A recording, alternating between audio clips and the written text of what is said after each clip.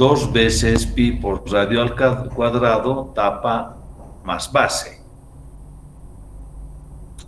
Y el área lateral será 2 veces pi por r por h. El volumen del cilindro es pi por r al cuadrado por h. De esta fórmula podemos despejar h, y eso será igual a b dividido entre pi por r al cuadrado. Consecuentemente, reemplazando el valor de h en la ecuación del área o en la fórmula del área, tendremos 2 veces pi por r al cuadrado más 2 veces b por r. Derivando respecto de r, para maximizar o minimizar, tendremos que la derivada de a respecto de r es 4 veces pi por r menos 2 veces b dividido entre r al cuadrado.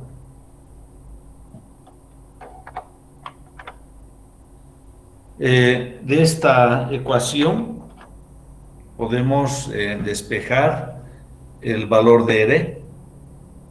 Primero multiplicaremos todo por r al cuadrado. 2 se simplifica, aquí queda 2 veces pi. Y por lo tanto el radio es el radio del cilindro, del contenedor cilíndrico, es raíz cúbica de b dividido entre 2 veces pi.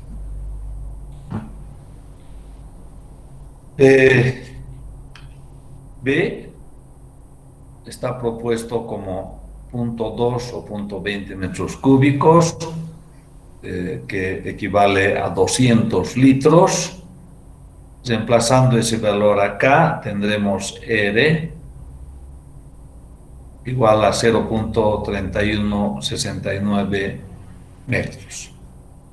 Y calcularemos en base a este valor de R, el valor de H mediante esta fórmula. En consecuencia, ese valor será 0.6339 metros. Utilizando solo R y reemplazando en esta ecuación, o también en esta otra donde utilizamos R y H, el valor buscado será 1.8918 metros cuadrados, con lo que el problema queda perfectamente resuelto. Observamos que no hay necesidad de utilizar análisis numérico, cálculo numérico para resolver este ejercicio. ¿Qué sucede cuando deseamos, de la misma manera, hallar el área mínima de un contenedor que será un cono invertido? Si analizamos este cuerpo, calcularemos también los valores de R y H. También para el volumen a almacenar de 0,20 metros cúbicos. El volumen de un cono invertido es igual a pi tercios R al cuadrado por H.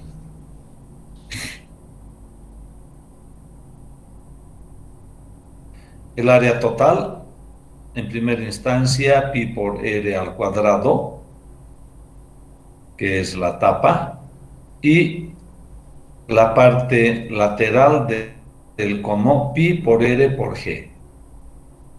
Entonces, Esta es la fórmula de cálculo del área total del cono invertido, donde G, por el teorema de Pitágoras, es igual a R al cuadrado más H al cuadrado su raíz cuadrada. En la fórmula del volumen reemplazamos por 0.20, y acá en vez de despejar H vamos a despejar R. Por lo tanto, R será la raíz cuadrada de 0.6 dividido entre pi por H. Bien, el valor de G reemplazamos en la fórmula del área total del cono invertido, y en esta fórmula reemplazaremos el valor de R para el volumen que nos hemos propuesto. Consecuentemente, ese reemplazo nos permite obtener esta fórmula donde R hemos reemplazado por esta raíz cuadrada. Aquí tenemos raíz cuadrada debido a R, aquí tenemos raíz cuadrada debido a R, pero acá es R cuadrado, por lo tanto no es raíz cuadrada, sino directamente 0,60 entre pi por H, más H al cuadrado. Hacemos la operación de eliminación del paréntesis, y como resultado tenemos el área total como 0,60 entre H más pi por esta raíz cuadrada, por esta raíz cuadrada. 0.36 pi cuadrado H al cuadrado más 0,60 por H entre pi, cuando introducimos esta raíz cuadrada al interior de este signo radical. Para minimizar, por supuesto que vamos a calcular la derivada del área total respecto de H. Esta es la derivada del primer sumando y esta es la derivada del segundo sumando. En esta derivada, el signo radical se sitúa como denominador y como numerador tendremos la derivada de los valores que se encuentran bajo el signo radical, anotados entre paréntesis, y un medio que aparece debido a que precisamente tenemos raíz cuadrada. Entonces, de esta manera, haciendo algunas operaciones algebraicas, tendremos menos 0,60 entre H al cuadrado por el radical, la raíz cuadrada completa, y aquí tendremos dos sumados. El primero simplemente es 0.36 dividido entre pi por H al cubo, y este sumando es 0.30 igual a 0.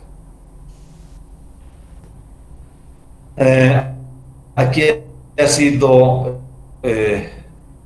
fácil despejar el valor de R,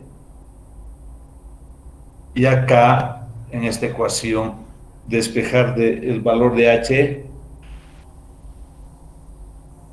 no es posible, y por lo tanto Por lo tanto, corresponde el uso de alguno de los métodos que hasta ahora hemos visto para poder resolver esta ecuación no lineal.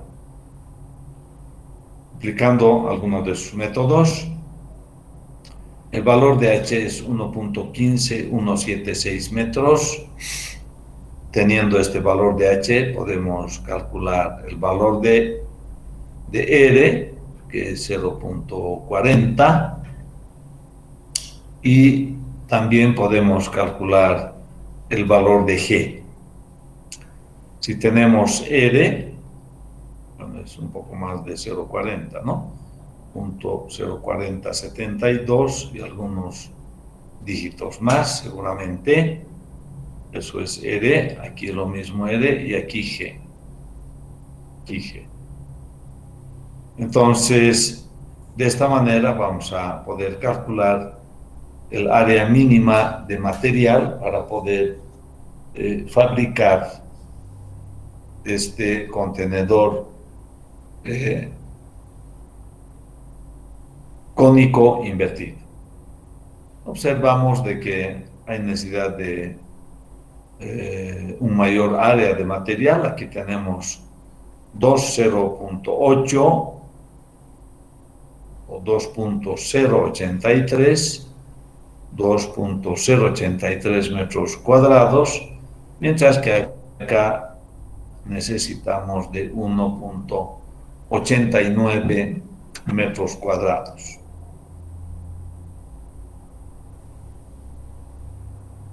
Bien, con esto estamos agotando un poco algunos de los ejercicios que son importantes plantear en nuestra materia.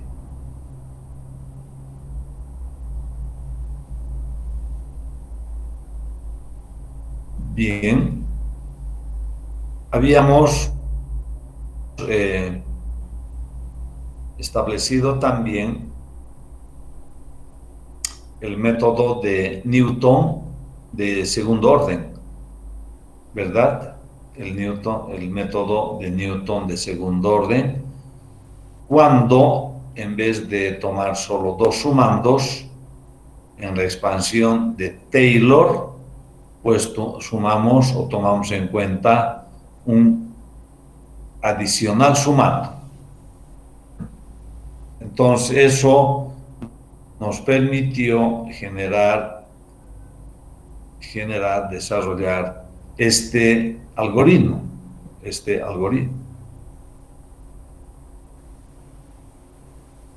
Donde en términos de programación, nosotros podemos decir que esta ecuación o esta fórmula de cálculo mejor se llama G, donde utilizamos f derivada, utilizamos la función f dos veces derivada y f derivada.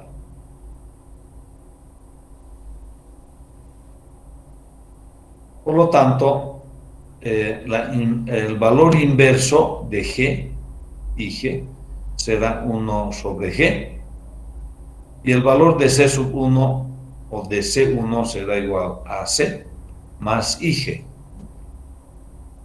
¿Para qué hacemos esto? Para utilizar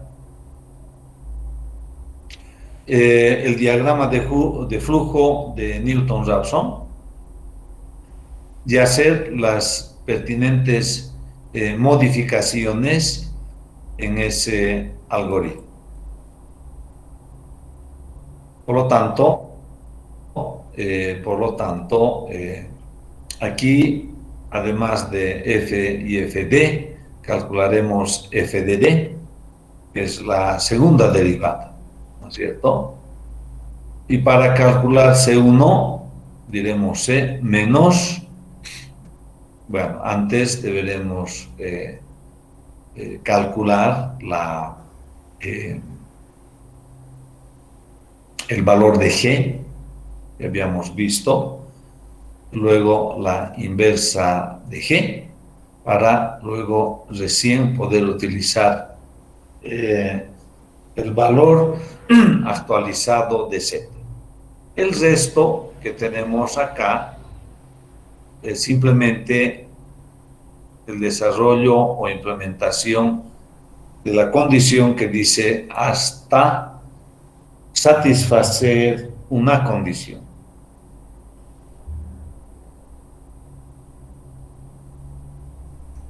Y por lo tanto, la estructura del diagrama de flujo básicamente es la misma en relación a la condición a satisfacer.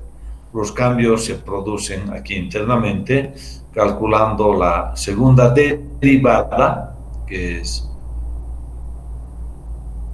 f de d, y a partir de esta segunda derivada calculamos g, luego calculamos la inversa, el valor inverso de g, y decimos C1 igual a C más IG.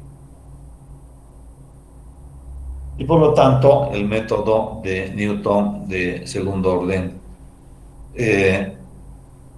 podemos utilizar sin mayores inconvenientes.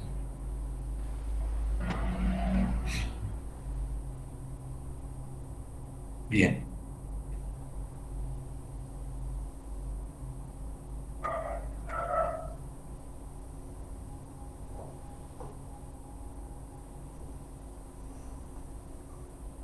Vamos ahora al siguiente método,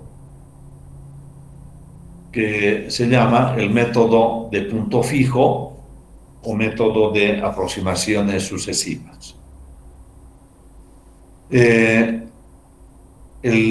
La ecuación que estamos resolviendo es f de x igual a 0. Si nosotros a f de x incrementamos con un valor de x, la función deja de ser f de x y podemos denominar g de x. Los métodos abiertos emplean una fórmula de recurrencia para predecir la raíz. Esta fórmula puede desarrollarse como una iteración simple de punto fijo, también llamada iteración de un punto o sustitución sucesiva. Al arreglar la ecuación f de x igual a 0, de tal modo que x esté en el lado izquierdo de la ecuación. O lo que es lo mismo, decimos simplemente que f de x es igual a 0 y quedamos con que x es igual a g de x.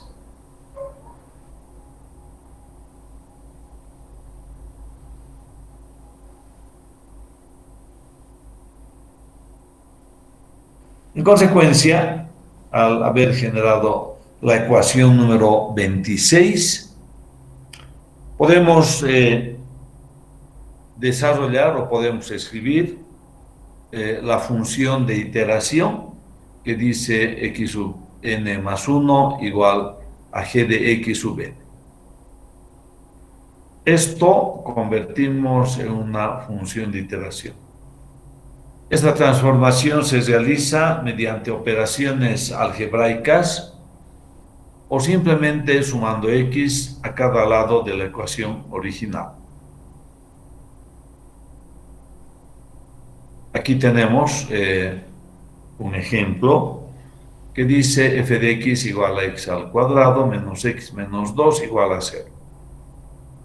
Algunas posibilidades para generar la ecuación de recurrencia 26, la que estamos viendo acá, son: primero, sumamos x a ambos lados.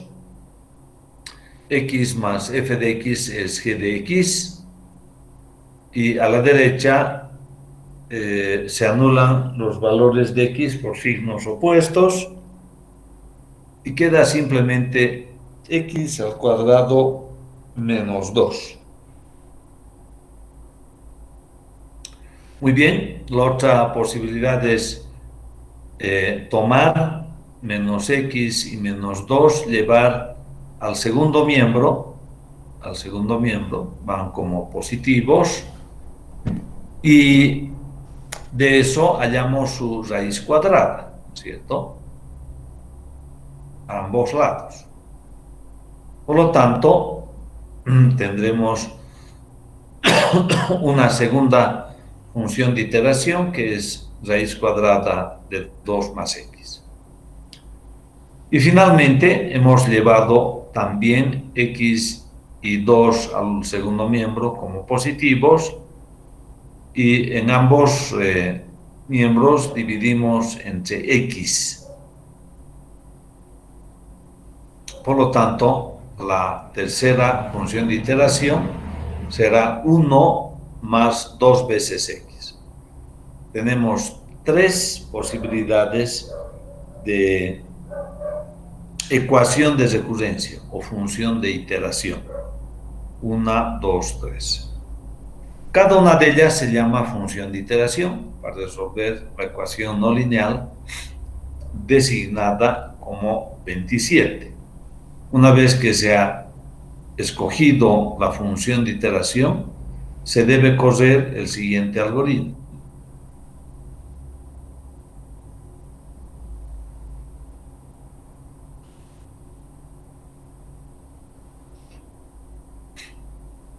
Dada una función de iteración g de x y un punto de inicio x sub 0, entonces llevar adelante este proceso iterativo con n que varía 0, 1, 2, 3, 4, hasta satisfacer una condición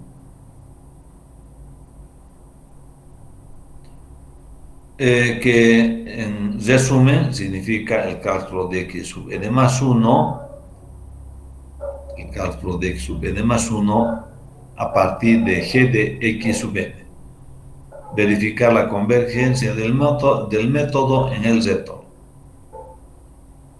Para que este algoritmo sea útil, debemos comprobar, 1, para el punto de partida x sub 0, este de acá, podemos calcular sucesivamente x sub 1, x sub 2, x sub 3,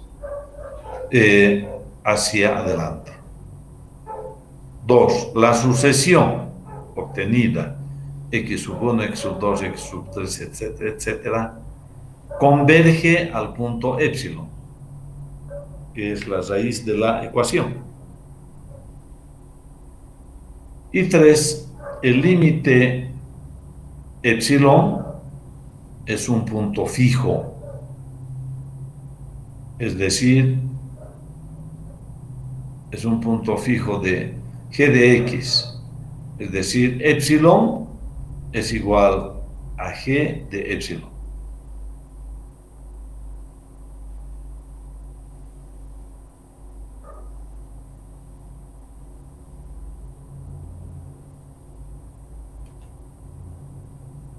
Condición de convergencia. Bueno, ahí esto les dejo, es una interpretación matemática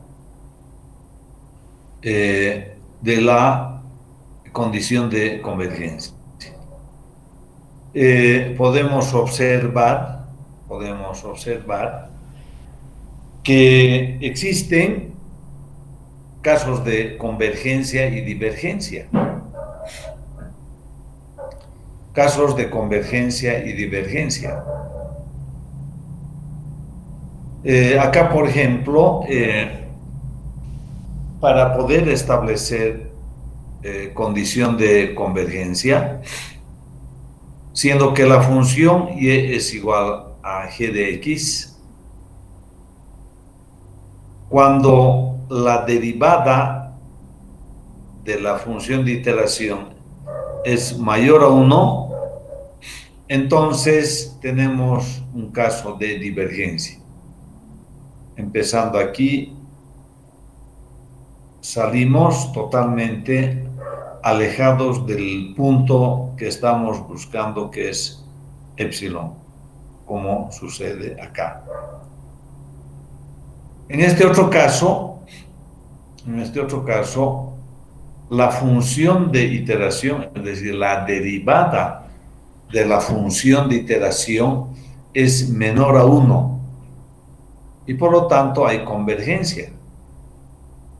Empezamos y hacemos un recorrido de tal manera que el recorrido a partir de un valor x sub 0 nos permite obtener x sub 1, x sub 2 y así sucesivamente, y podemos con absoluta seguridad observar que el método convergirá a la raíz que estamos buscando.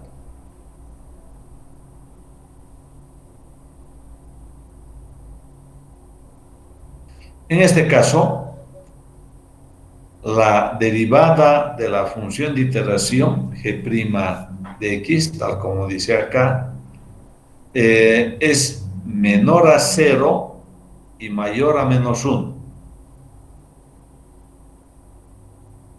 Entonces, empezando en x sub 0, vamos a la recta y igual a x, subimos derecha, bajamos y así sucesivamente, generando valores de x sub 1, x sub 2, x sub 3, y podemos observar que hay condición de convergencia.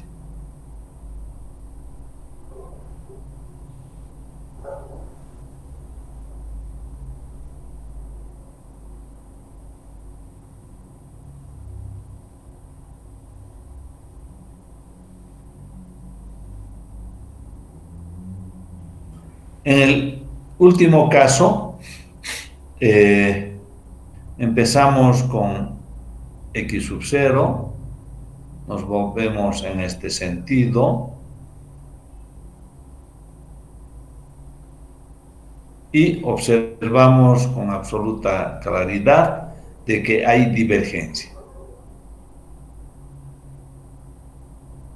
Como muestra la figura 6, en realidad las figuras 6 son 4 figuras, la iteración de punto fijo puede no dar lugar a convergencia, como sucede en la figura 6A. Aquí hay divergencia. Y también con la 6D.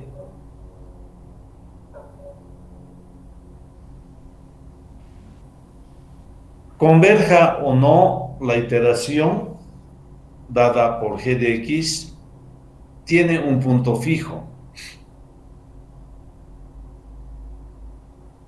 Entonces, parece depender de la pendiente de g de x.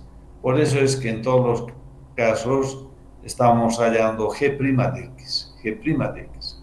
Lo mismo aquí, que es valor de pendiente. Si la pendiente de g de x es demasiado grande en valor absoluto, cerca de un punto fijo, el punto fijo llamamos a la intersección de la recta y igual a x y la ecuación.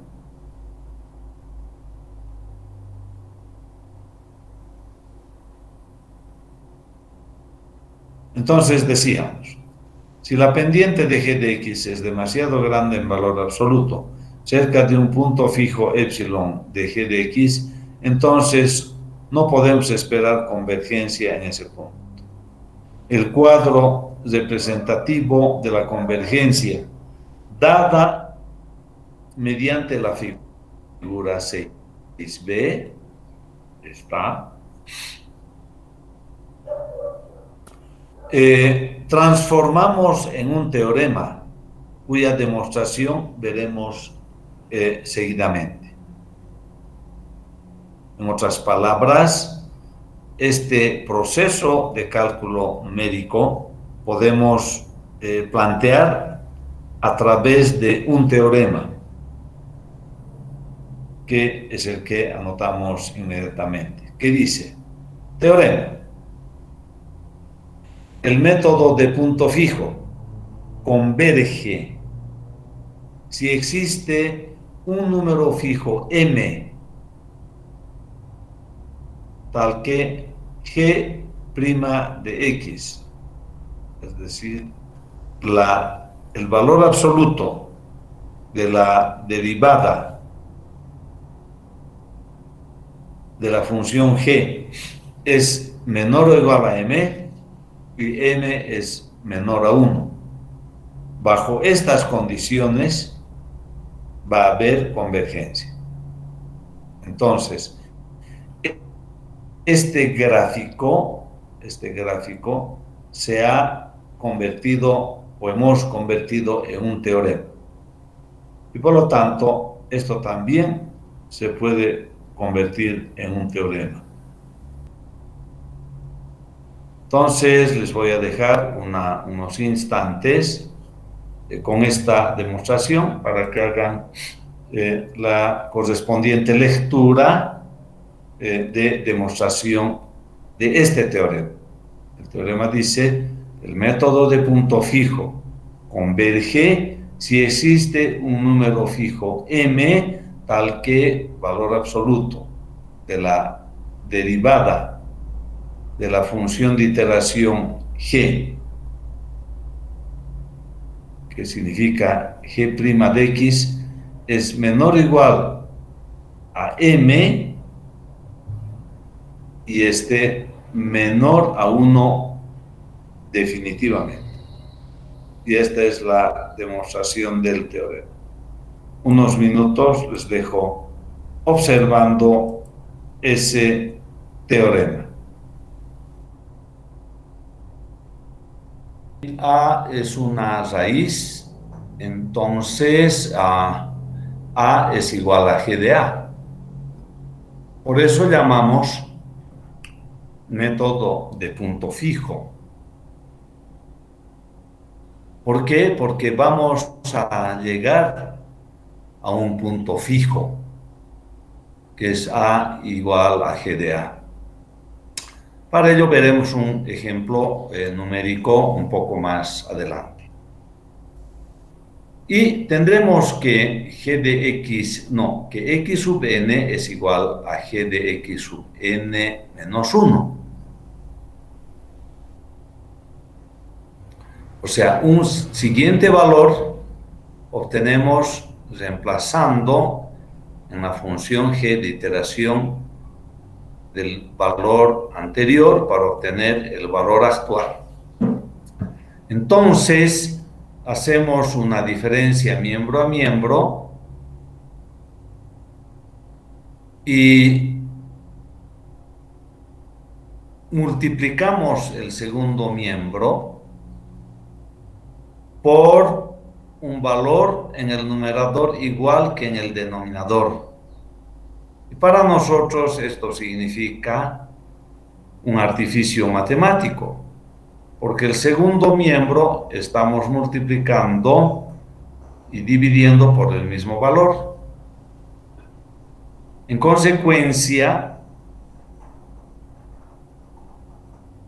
este numerador llevamos en primera instancia y este otro llevamos en el lugar de este otro. O sea, hacemos un intercambio.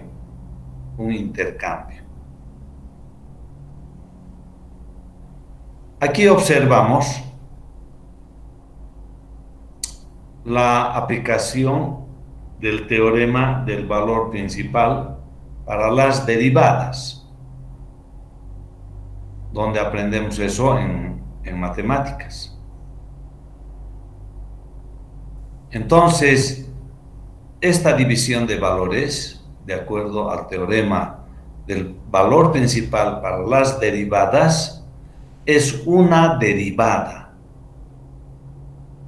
es igual a la derivada de G', es decir, es igual a la derivada G' en algún punto entre A y X sub n menos 1, al cual denominamos lambda sub n menos 1.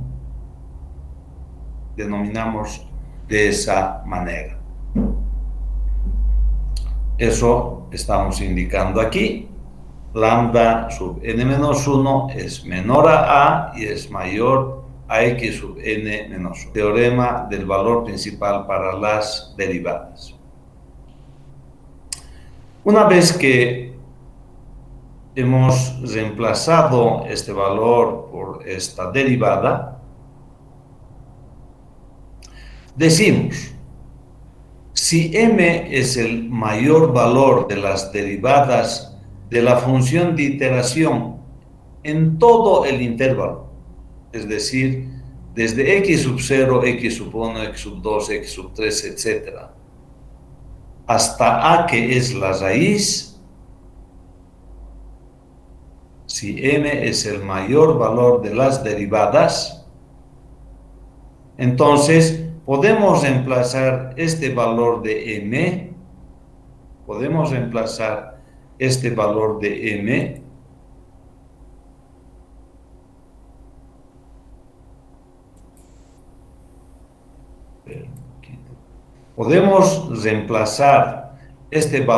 m en vez de esta derivada, siendo que m es el mayor valor de todas las derivadas generadas a lo largo del proceso de cálculo. Y por lo tanto, al reemplazar esta derivada por m, entonces acá ya no hay una igualdad, sino una desigualdad. El valor que está a la izquierda en valor absoluto es menor o igual a m multiplicado por a menos x sub n menos 1. Entonces llegamos a esta ecuación número 4. De la misma manera podemos efectuar la misma resta de principio, o sea, igual que esto. Podemos hacer lo mismo, pero retrocediendo un paso hacia atrás en la generación de estos valores. En vez de x sub n, que está aquí, vamos a tomar el valor anterior, que es x sub n menos 1. Y por lo tanto, x sub n menos 1 será igual a g de x sub n menos 2. Entonces vamos a proceder de la misma manera, vamos a restar miembro a miembro y vamos a multiplicar y dividir este segundo miembro por un valor a menos x sub n menos 2 y a menos x sub n menos 2 en el denominador. Y vamos a hacer esta misma operación que hemos hecho del intercambio de esto con esto, lo mismo haremos aquí, y haciendo este mismo análisis reemplazaremos la derivada parcial ahora con x sub n menos 2, x sub n menos 2, como está dicho aquí, y reemplazaremos por m esa derivada. Y por lo tanto vamos a generar una desigualdad igual que esta que estamos observando acá. Solo que a mano izquierda, en el miembro de la izquierda, tendremos a menos x sub n menos 1. Y en el miembro de la derecha tendremos a menos x sub n menos 2 multiplicado por m. que, reitero, m es el mayor valor de las derivadas de la función de iteración a lo largo de todo el intervalo de valores de la sucesión obtenida con la función de iteración g. Entonces, tenemos la ecuación 4 y aquí tenemos la ecuación 6. ¿Qué corresponde ahora? Si nosotros multiplicamos la ecuación 4 por m, ambos miembros, entonces tendremos a por x sub n menos 1, y aquí tendremos m por m cuadrado multiplicado por el valor absoluto de a menos x sub n menos 2. Entonces, de la ecuación 6 hemos pasado a la ecuación 7, sin mayores inconvenientes. ¿Qué podemos observar ahora? Que está dicho aquí en palabras. El segundo miembro de la ecuación 4, en realidad de esta desigualdad, es igual al primer miembro de la ecuación 7. Es igual al primer miembro de la ecuación 7. Por lo tanto, podemos escribir la siguiente desigualdad. Si esto es igual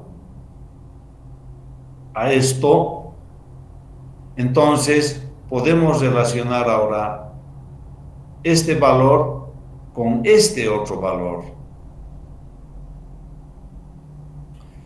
diciendo que a menos x sub n en valor absoluto es menor o igual a m al cuadrado multiplicado por el valor absoluto de a menos x sub n menos 2 con mayor razón.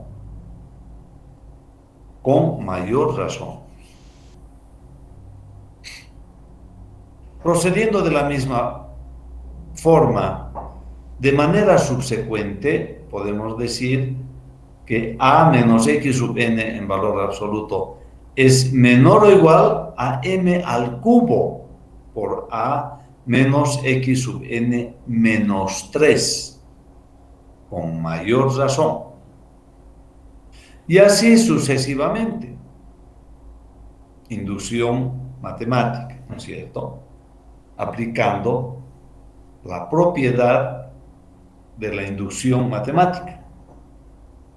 Entonces decimos a menos x sub n en valor absoluto es menor o igual a m a la cuarta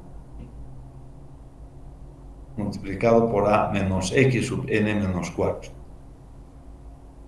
aplicando el principio de la inducción matemática. Esto también, puntos suspensivos, y finalmente decimos a menos x sub n es menor o igual a m a la n multiplicado por a menos x sub 0. Y decimos, se deduce esta desigualdad por inducción sobre n. Por inducción sobre n. Por lo tanto, si m, fíjense, si m es menor a 1, si m es menor a 1 y n exponente es grande, entonces a menos x sub n tiende a 0, porque un valor menor a la unidad elevado a un valor n grande, entonces hace que a menos x sub n tienda a 0. Por lo tanto, la convergencia no depende del valor inicial asumido x sub 0.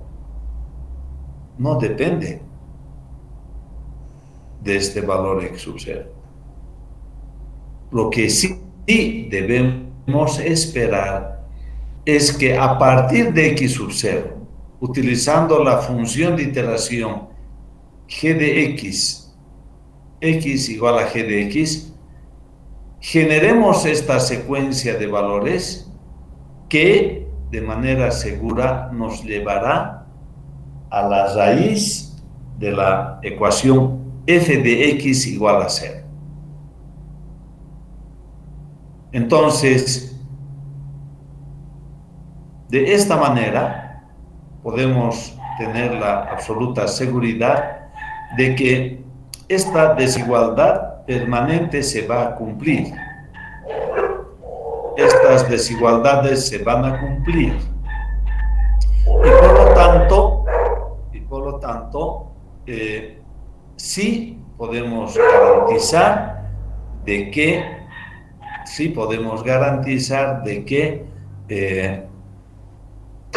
se cumple el teorema.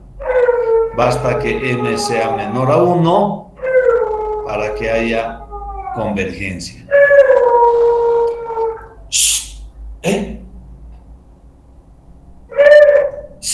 Entonces, esta es una forma de demostración del teorema, ¿no es cierto? Y sabemos que una gráfica como esta, porque esto es lo que hemos demostrado, esto no demuestra, solamente muestra una realidad matemática. Y lo que, hacemos es plantear el teorema y pretender una demostración tal como hemos desarrollado en esta parte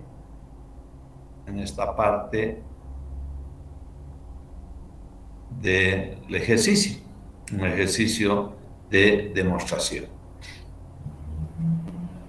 Bien, veamos ahora el ejemplo numérico.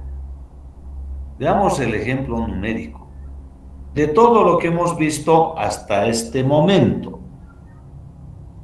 ¿Qué dice el ejemplo numérico? Dice, calcular la raíz cuadrada de 0.5. ¿Qué quiere decir esto? X al cuadrado igual a 0.5, ¿no es cierto? Por lo tanto, X será igual a más menos la raíz cuadrada de 0.5. Pero no vamos a ir por ese camino. Vamos a ir por el camino de la obtención de la iteración de punto fijo. Por lo tanto, 0.5 llevamos al primer miembro, queda como x al cuadrado menos 0.5 igual a 0.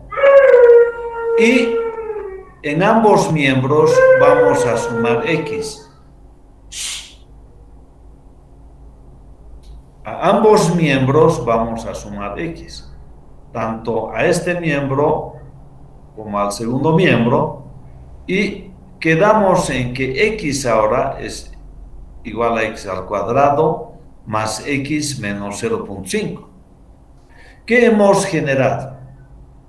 Hemos generado una función de iteración que de x, ¿no es cierto? Que de x ahora es x cuadrado más x menos 0.5 y su derivada es 2 veces x más 1. Por consiguiente, la ecuación de recurrencia del método de punto fijo es esta ecuación 28, ¿no es cierto? Observando aquí o aquí, Entonces, este valor de x es x sub n, y los valores que están a la derecha vamos a denominar x sub n menos 1 al cuadrado más x sub n menos 1 menos 0.5. Esta es la ecuación de recurrencia generada para calcular la raíz cuadrada de 0.5.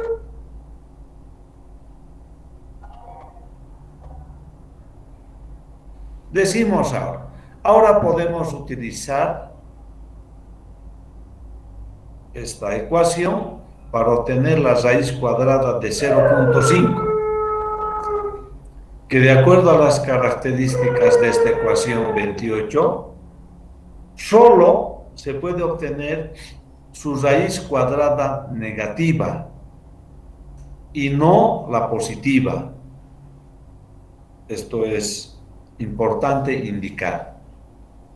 Con esta ecuación de recurrencia podemos calcular u obtener la raíz cuadrada negativa y no la positiva, dependiendo del valor resultante de la derivada de la función de iteración, es decir, g' de x. Bien, ¿cómo procedemos? De una manera bastante sencilla.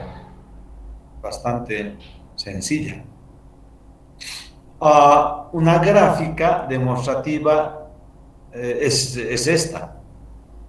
Esta es la gráfica demostrativa en términos generales. Es la gráfica que aquí habíamos considerado. Esta, ¿cierto? Esta.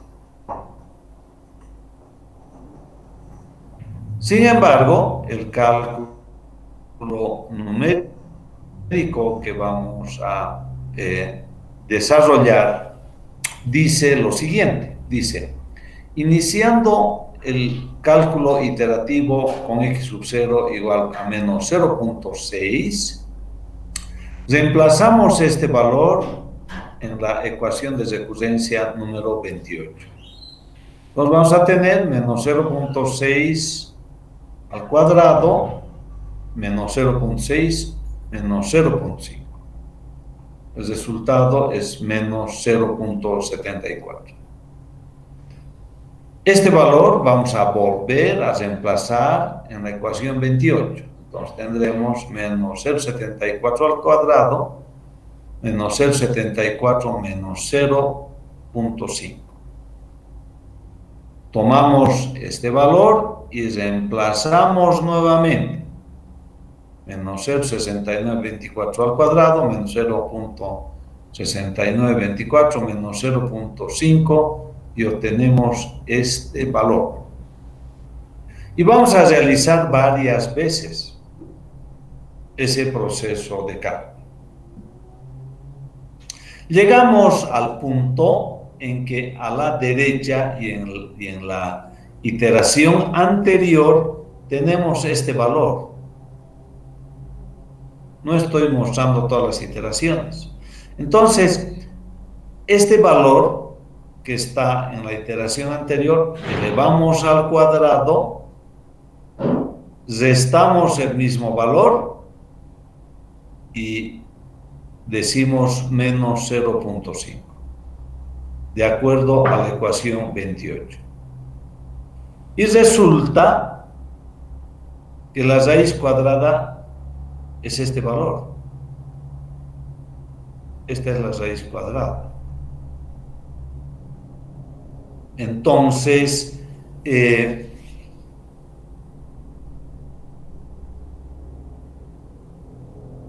si esta es la raíz cuadrada y elevamos al cuadrado, este valor es 0.5, que se anula con este valor que es 0.5 pero negativo. En consecuencia, la raíz cuadrada es este valor. ¿Y dónde hemos llegado? hemos llegado a un punto fijo, porque a la izquierda podemos anotar este valor y a la derecha tendremos g de x, que da el mismo valor que está a la izquierda. Y eso significa que hemos llegado a un punto fijo, Por ese motivo, este método se llama método de aproximaciones sucesivas o de punto fijo. Entonces, este proceso de cálculo numérico podemos llevar a un gráfico. Que dice de esta manera. Que dice de esta manera.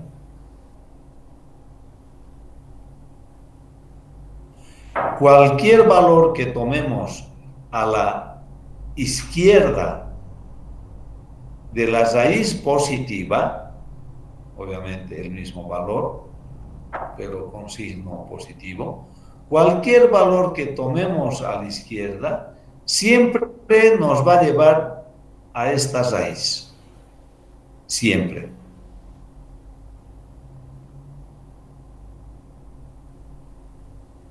Siempre nos va a llevar a esta raíz.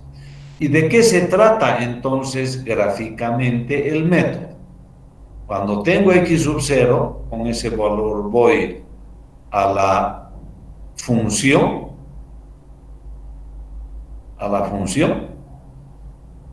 toco la función de manera horizontal a la recta y igual a x, de este punto nueva vertical, en la intersección de esta vertical con la función g de x, que es la función de iteración, nuevamente de manera horizontal a la recta y igual a x. Otra vez vertical, en la intersección a la izquierda, y así sucesivamente. Con absoluta seguridad estamos yendo a la raíz cuadrada de 0.5.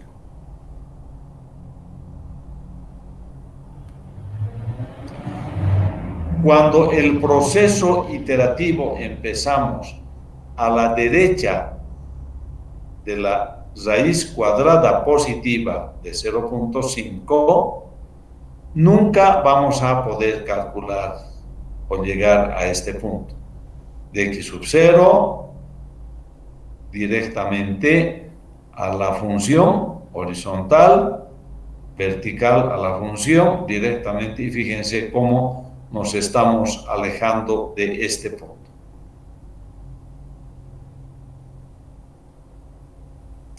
Bien, aquí debemos establecer una hipótesis.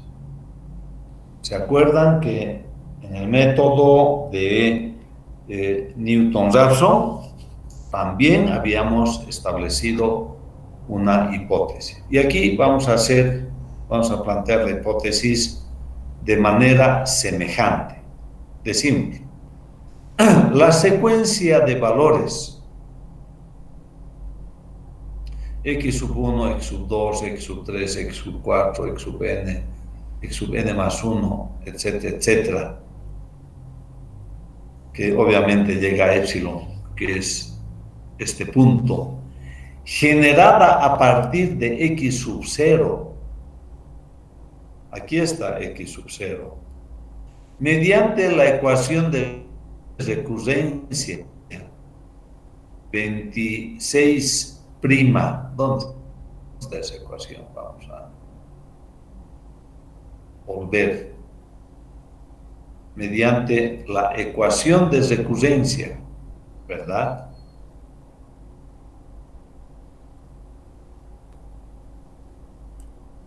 Cuando converge, lo hace linealmente. Cuando converge, lo hace linealmente.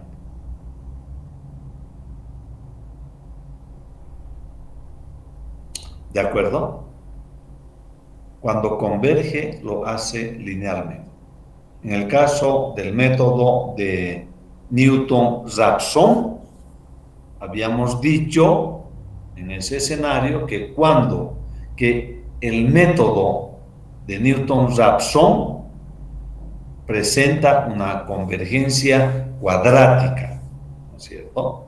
Así dijimos, más o menos parecido a esto. La secuencia de valores x1, x2, x3, generada a partir de x sub 0 mediante la ecuación de recurrencia de Newton-Raphson, cuando converge lo hace cuadráticamente.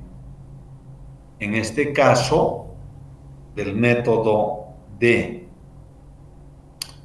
iteración de punto fijo o método de aproximaciones sucesivas, cuando converge lo hace linealmente.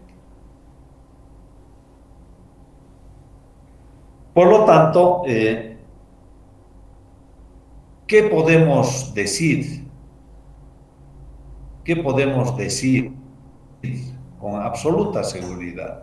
De que acá, en este ejercicio, propiamente, estamos tratando de hallar la intersección de esta parábola,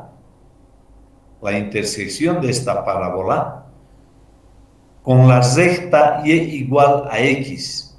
Esta es la recta y igual a x, donde este ángulo sabemos que es 45 grados, ¿no es cierto? Y que la pendiente es 1, ¿no es cierto? Tangente de 45 grados, que es pendiente, es igual a 1. De eso se trata. Gráficamente, de eso se trata. Hallar la intersección de esta parábola con la recta y igual a x. ¿Dónde se intersectan? En este punto.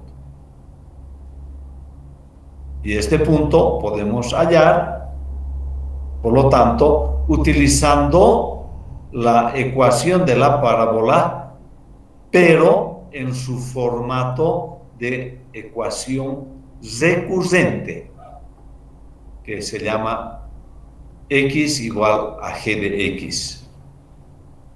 Esa es la conclusión a la que podemos llegar. Por lo tanto, esta gráfica está demostrada, pero no demuestra el teorema, lo muestra, lo exhibe, pero la demostración a este escenario, la demostración que es posible es justamente cuando g' de x es menor a 1. Y evidentemente,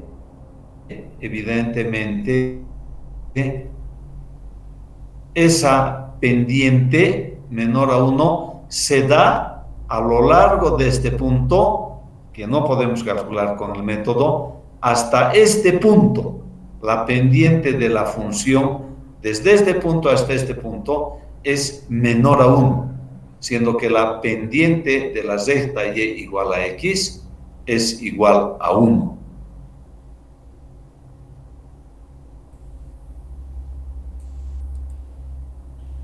Consecuentemente, jóvenes, ustedes pueden observar que las matemáticas nos permiten observar este escenario, las matemáticas. Solamente hay que hacer un pequeño alto y adentrarnos en un análisis crítico de lo que hemos aprendido en nuestras materias de álgebra y cálculo. Y cuando entramos en un análisis crítico, por lo tanto podemos generar diferentes metodologías de solución de muchos problemas que hemos aprendido a resolver de manera manual y ahora podemos resolver de manera automatizada. De eso trata el análisis numérico. ¿Está entendido, jóvenes?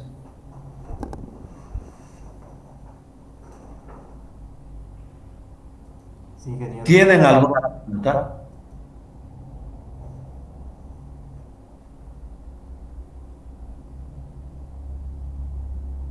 En realidad, ¿qué hemos desarrollado? Hemos desarrollado un nuevo algoritmo. Hemos desarrollado un nuevo algoritmo que después vamos a someter a un análisis bastante interesante. Bastante interesante. ¿Cuál es ese análisis? El análisis es el de observar con dedicación, observar con detalle la temática de la convergencia lineal. Eso vamos a analizar y vamos a seguir desarrollando otros algoritmos en base a este que hemos observado. Lo mismo que habíamos desarrollado a partir del método de punto fijo, no, del método de la posición falsa, habíamos ido al método de la secante. Y a partir del método de la secante habíamos deducido el método de Newton-Raphson. Y ahora estamos queriendo, a partir del método de punto fijo o de aproximaciones sucesivas que acabamos de ver, ¿no es cierto? Queremos utilizar esta metodología para generar otro método basado en estos conceptos.